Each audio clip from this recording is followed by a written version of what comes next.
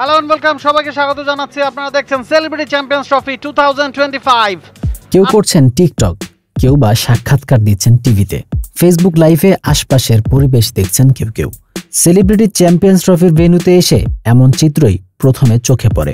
5ই মে জমেছে দেশের বিনোদন তারকাদের মিলন মেলা, যা শেষ হবে 13ই মে। প্রতিযোগিতার দ্বিতীয় দিনে এসে মাঠে নামে জেভিগো কিংস ও গিগাবাইট টাইটান্স। দুই দলের হয়ে এদিন তারকাদের মধ্যে সিয়াম আহমেদ, আরফিন রুমি, জোহাদ রেজা, জিয়াউল রোশান, রাশেদ সীমান্ত, সঞ্জুজন, পার্থ শেখ, সাইদুর রহমান পাভেল, রাফসান শাহবাবরা। নারী তারকাদের মধ্যে আফসান আরা বিন্দু, মেহজাবিন চৌধুরী, মৌসুমী হামিদ সহ ছোট পর্দা ও র্যাপের অনেকেই উপস্থিত ছিলেন। 20 ওভারের ম্যাচ হয়েছে 2 ভাগে।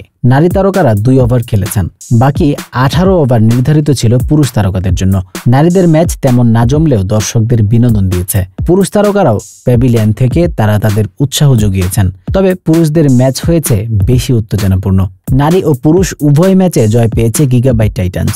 নারী দল জেভিগো কিংসকে হারিয়েছে 10 উইকেটে, আর পুরুষ তারকারা 5 উইকেটে জয় পেয়েছেন। ম্যাচে সর্বোচ্চ রান ও উইকেট নিয়ে দুর্দান্ত পারফরমেন্স দেখিয়েছেন অভিনেতা পাভেল। পুরো ম্যাচে একাধিক তারকার খেলা দর্শকদের চোখে আরাম দিয়েছে। তাদের এক একটা শট, ফিল্ডিং ও বোলিং দক্ষতায় একেবারেই মনে হয়নি যে তারা পেশাদার ক্রিকেটারের চাইতে কোনো অংশে পিছিয়ে আছেন। এদিন জেভিগো কিংসের হয়ে সর্বোচ্চ রান আসে চিত্রনায়ক জিয়াউল রোশানের ব্যাট থেকে। ব্যক্তিগত 38 বলে 37 রানের ইনিংসে বেশ কয়েকটি দৃষ্টিনন্দন শট খেলেন তিনি। 4 ওভার বোলিং করে 37 রান দিয়ে 2টি উইকেটও নিয়েছেন তিনি। টাইটান্সের হয়ে পাভেল 17 বলে 42 রানের ঝড়ো ইনিংস খেলেন। বোলিং করতে এসেও নিয়েছেন 2টি উইকেট। গিগাবাইট টাইটান্সের পক্ষে এদিন না খেললেও মাঠে সমর্থন জুগিয়েছেন শরীফুল রাজ। টুর্নামেন্ট নিয়ে কোনো কথা বলতে চাননি রাজ, শুধু খেলা উপভোগ করতেই এখানে এসেছেন বলে জানান তিনি। দুই দলের খেলা সম্পর্কে ধারণা নিতে মাঠে এসেছিলেন স্বপ্নধারা স্পোর্টসের খেলোয়াড় ও চিত্রনায়ক জয় চৌধুরী। জয় চৌধুরী বলেন, এবারের আয়োজনকে এখনো পর্যন্ত অনেক গোছানো মনে হয়েছে। তিনি আরো বলেন, আমাদের আগে আরেকটা টুর্নামেন্ট হয়েছিল, সেখানে অনেক ভুল ত্রুটি ছিল, কিন্তু এবারের আয়োজনটা বেশ গোছানো। নিরাপত্তা থেকে ম্যানেজমেন্ট সবাই বেশ ভালো। আমরা সবাই মিলেই তো একটা পরিবার। এ ধরনের আয়োজনে নিজেদের মধ্যকার সম্পর্ক আরো দৃঢ় হয়। আয়োজন নিয়ে তারকারা সন্তুষ্ট হলেও বেশ কিছু বিষয়ে তারা এনেছেন অভিযোগও।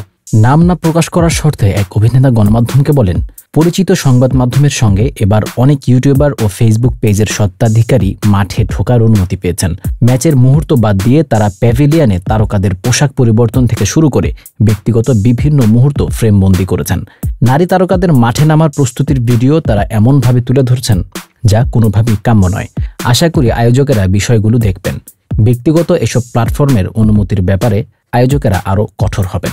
একজন নারী তারকা গণমাধ্যমকে বলেন, উদ্ভটভাবে ভিডিও ধারণ এবং তার সঙ্গে আজে বাজে ক্যাপশন জুড়ে দিয়ে ভিউয়ের আশায় সামাজিক যোগাযোগ মাধ্যমে সেসব ভিডিও আপলোড করা হয়। এসবের কারণে আমাদের বিব্রত হতে হয়, তাই খেলতে গিয়ে আমাদের মধ্যেও একটা ভয় কাজ করছে।